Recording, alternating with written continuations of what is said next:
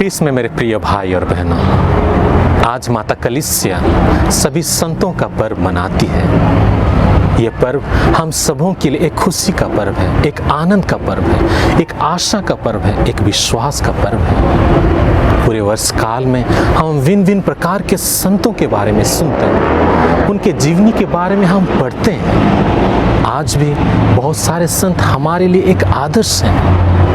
उनके बताए हुए मार्ग, उनकी शिक्षाएं से आज भी हम प्रेरित होते हैं। शायद इसीलिए प्रभु परमेश्वर ने हमें आज विशेष रूप से बुलाया है, ताकि हम भी अपने जीवन में एक अच्छा इंसान, एक अच्छे संत बन पाएं।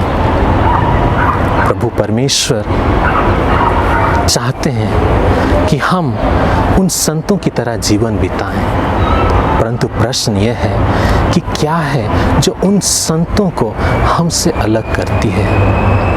क्या उनके रहन सहन, क्या उनके खान पान, क्या है वास्तविकता में? संत पौलुस कुरिन्थियों के पहला पत्र अध्याय 1 पद संख्या 2 में कहते हैं, उन संतों को संबोधित करते हुए कि संत वो है जो कि प्रभु यीशु मसीह में पवित्र किए गए हैं और जो कि उस पवित्रता का जीवन को जीने के लिए आगे आते हैं। हाँ मेरे प्रिय भाई और बहनों, क्या हम कह सकते हैं कि हम प्रभु यीशु मसीह में पवित्र किए गए हैं? क्या हम कह सकते हैं कि हम उस पवित्रता का जीवन को जीने के लिए आगे आ रहे हैं? वास्तविकता में बपतिस्मा संस्कार के द्वारा हम सब कोई पवित्र किए गए हैं। हम सब कोई पवित्र किए गए हैं ताकि हम भी अपने जीवन में एक पवित्र इंसान बन पाएं, उस पवित्रता का जीवन को अपना पाएं। ये हमारा जिम्मेदारी है, ये हर एक ख्रिस्ती व्यक्ति की जिम्मेदारी है। इसीलिए संत पौलुस एफिसियों के पत्र अध्याय 1 पद संख्या 3 और 4 में कहते हैं कि ये प्रभु परमेश्वर ही हैं जो हमें चुनते हैं। ये प्रभु परमेश्वर ही हैं जो हमें अनेक प्रकार की कृपाएं और वरदानों से भर देते हैं, ताकि हम अपने जीवन में उस पवित्रता का जीवन को जी पाएं।